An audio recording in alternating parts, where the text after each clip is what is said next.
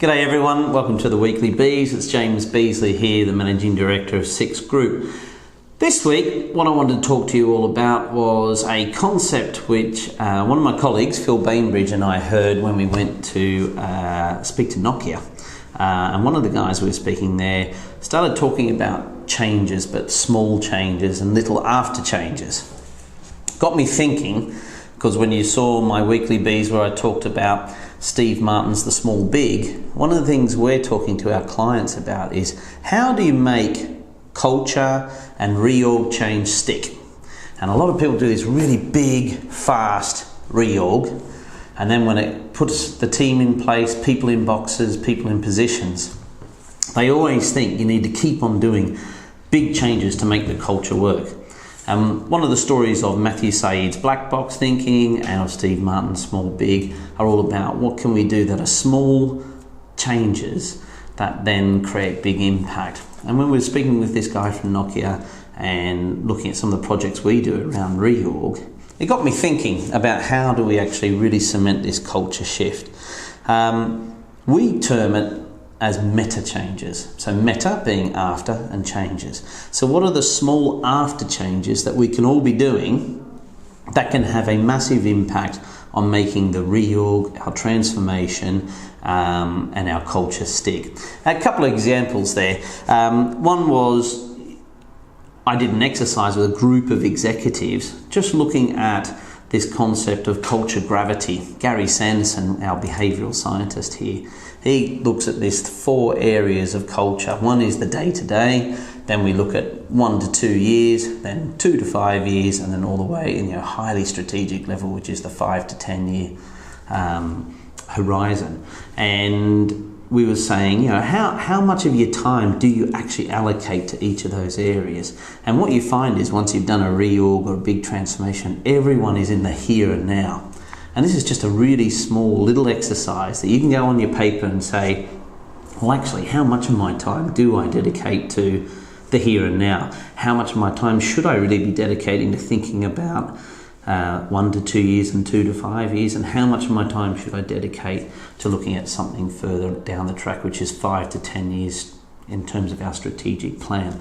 By that way, you're not actually brought down by gravity. You're actually looking at how can we get culture working for us and that we can actually realise the change that we're putting in place.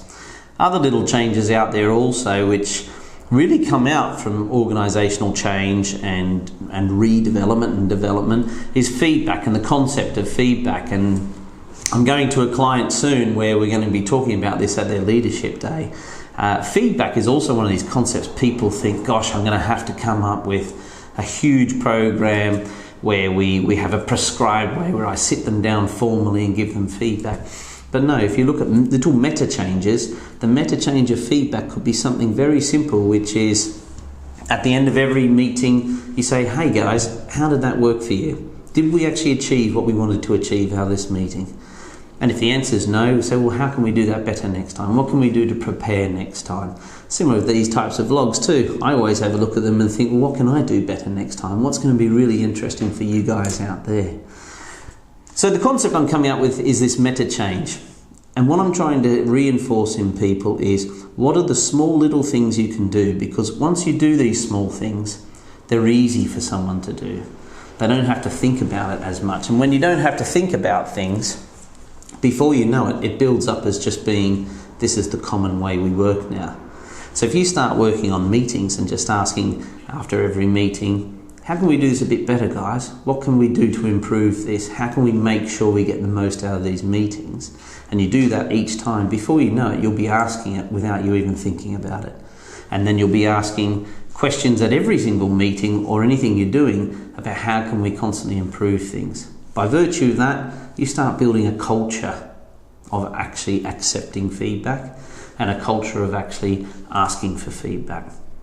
So the challenge I've got for you, and the little small change we have for all of you out there is, I want you to think about what you're doing at the moment and come back with comments or come back with thoughts to me down below on the video of what small changes do you think you could do within your own business that could actually have a really big impact. What are the little meta changes you could put on yourself and your team?